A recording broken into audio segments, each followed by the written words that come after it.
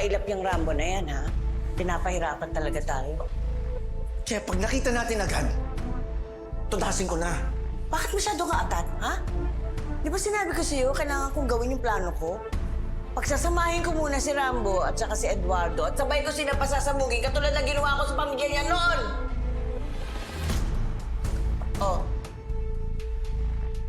Huwag mo sisirain yung plano ko. Naintindihan mo? Rambo! Nawa ako! Hoy! Tinatanong kita! Bakit nandito ka? Anong grade mo? Tsaka wala namang klase ngayon ah. Sir Guard, hindi po ako nag-aaral dito. Kapitan po sa Barangay Liwayway. Kapitan Rambo Agapito? Pero bakit po nandito kayo? Ito panganib po buhay ko. Mga tao pong gustong kumuha sa akin. Sir Guard, meron po ba kayo cellphone? Pwede ko po bang magamit? Tatawagan ko lang po Sige pamilya ko. Ito po.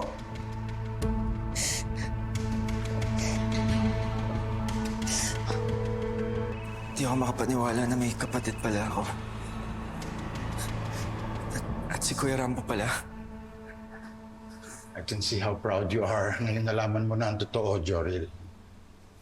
Ganon din ako. Malaki talaga naging impact ni Rambo sa mga buhay natin. Nakakalungkot lang. Wala siya. At nanganganib ang buhay. Ay, sana nagutin mo na eh. Ay, kumakain. Rambo! Nagalit mo na ako, ha? Tara, doon tayo. Ito lang yan. Tara na! Mauna ba ako? Saan na nga kaya si Rambo? Saan siya dinala nila Esmeralda at Rigor? Maniwala po kayo sa akin. Hindi ko po talaga alam kung nasaan ang lola ko.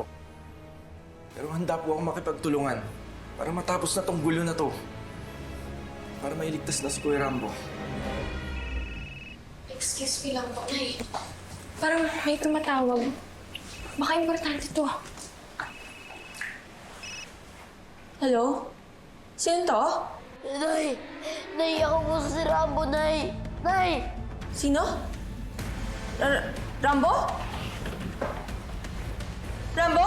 Anak? Nasaan ka? Opo, Nay, ako po si Rambo! Pero Nay, choppy po kayo, Nay! Akap, pasensya na po kayo. Medyo mahina po kasi ang signal dito. Kung gusto nyo, doon na lang po tayo sa labas. Sir Guard, hindi po pwede. Baka makita po tayo ng mga tao na gusto kumuha sa akin. Nay! Rambo! Rambo! Hindi kita maintindihan. Anong nangyayari? Nasaan ka? Nay, choppy lang po talaga. Pero nandito po ako sa Tagkawayan Integrated School. Ano? Anak, ano? Wa? Tagkawayan po, Nay. Nay, Tagkawayan Integrated School. Villa Dominguez po, Nay. Wayan Villa? Hello, anak! Hello, Rambo. Rambo, sabihin mo nang maayos kung nasan ka. I-text mo kami. Sir Mayor. No. Kayo po ba yan, no? No. Apo, hello. Si Lolo Eduardo mo to. Magpakatatag ka, Apo. Ililigtas ka namin. No po, no. No. Nay! Hello? Hello? Ibalik mo sa akin yan! Ibalik mo! Hello? Wala na, kinat-direct na siya. Sir Eduardo, ano pong gagawin natin? Magandang araw po, Mayor. Chief, kausap namin si Rambo. Ngayon lang. Kaya lang bigla akong naputol eh. Hindi ko alam kung ano na nangyari sa kanya doon. We'll get the details of the call po. Pinapakilos ko na rin po ang Provincial Police para po sa mabilis ang pagmanan kay Governor Esmeralda. Nagkataon lang na nakadeploy pa sa amin dahil meron kami inimbestigahan na engkwentro ng barilan sa Villa Dominga. Villa Dominga? Hindi po kami sinabi si Kuya kanina, Villa? Naku, baka nga nandito si Rambo sa Villa Dominga. Teka, sa bayan ng Tierra Vedra, mayroong 3 villa sa pangalan. Villa Pulido, Villa Dominga, tsaka Tsaka Rio Villa, baka mahirapan tayo niyan. Tsaka, Wayan, di ba may sinasabi si Kuya Rambo na Wayan kanina, pero putol eh. Nagkawayan, isang baryo po yun sa Barrio Dominga. Actually, diyan po nangyari yung baryo na sinasabi ko. Tatapat mismo ng Tagkawayan Elementary School. Huwag na tayo mag-aksaya ng oras. Puntahan na natin ang lugar na yun. Kailangan natin iligtas ang apo ko.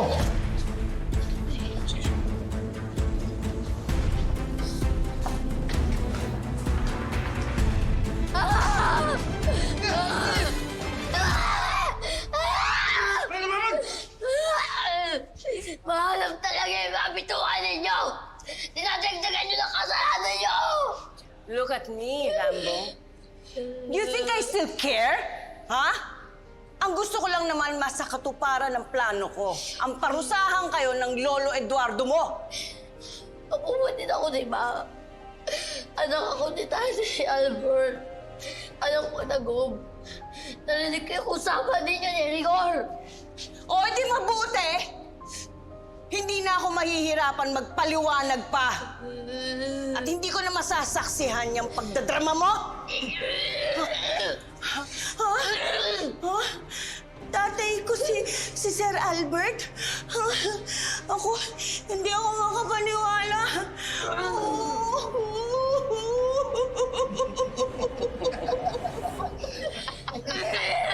Oo, tatay mo si Albert.